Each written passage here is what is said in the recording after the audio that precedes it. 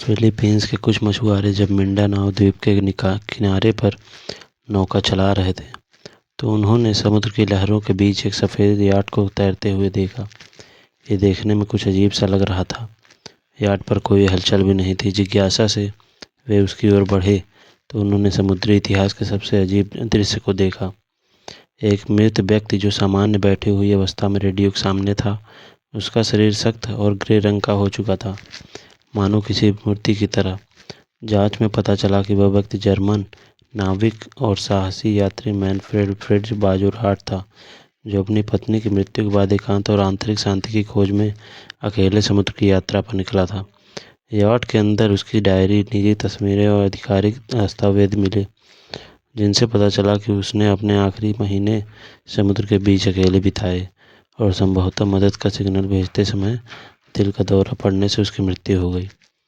Yacht के भीतर सूखी और नमकीन परिस्थितियों ने उसकी शारीरिक रूप से संरक्षित कर दिया था, बिना किसी मानव हस्तक्षेप के। बाजुरहाट ने आखिरी बार 2009 में यमन से यात्रा शुरू की थी और 2016 में उसका शव मिलने तक के वर्षों में क्या हुआ, यह आज तक एक रहस्य बना हुआ है।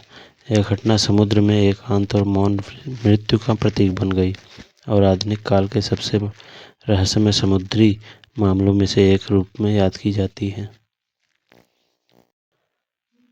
बंद दुकानों में कहीं से घूमता फिरता एक सांप घुस गया। दुकान में रखी एक आरी से टकराकर सांप मामूली से जख्मी हो गया। घबरा कर सांप ने पलटकर आरी पर पूरी ताकत से डंक मार दिया, जिस कारण उसके मुंह से खून बहना शुरू हो गया। अब की बार सांप ने अपने व्यवहार के अनुसार आरी से लिपटकर उसे जकड़कर और दम घोंटकर मारने की पूरी कोशिश कर डाली। अब सांप अपने गुस्से की वजह से पूरी तरह घायल हो गया। दूसरे दिन जब दुकानदार ने दुकान खोली तो सांप को आरी से लिपटा मरा हुआ पाया, जो किसी और कारण से नहीं, केवल अपनी तैश और गुस्से की भेंट चढ़ गया था। कभी कभी गुस्से में हम दूसरों को हानि पहुंचाने की कोशिश करते हैं, मगर समय बीतने के साथ हमें पता चलता है कि अपने आप का ज़्यादा नुकसान किया है। अब इस कहानी का सार ये है कि अच्छी ज़िंदगी के लिए कभी कभी हमें कुछ चीज़ों को, कुछ लोगों को, कुछ घटनाओं को, कुछ कामों को और कुछ बातों को इग्नोर करना चाहिए। अपने आप को मानसिक मजबूती के साथ इग्नोर करने का आदी बनाइए। ज़रूरी नहीं कि हम हर एक्शन का एक रिएक्शन दिखाएं। हमारे कुछ रिएक्शन हमें केवल नुकसान ही पहुंचाएंगे, बल्कि हो सकता है कि हमारी जान ही ले लें। सबसे बड़ी शक्ति सहन शक्ति है।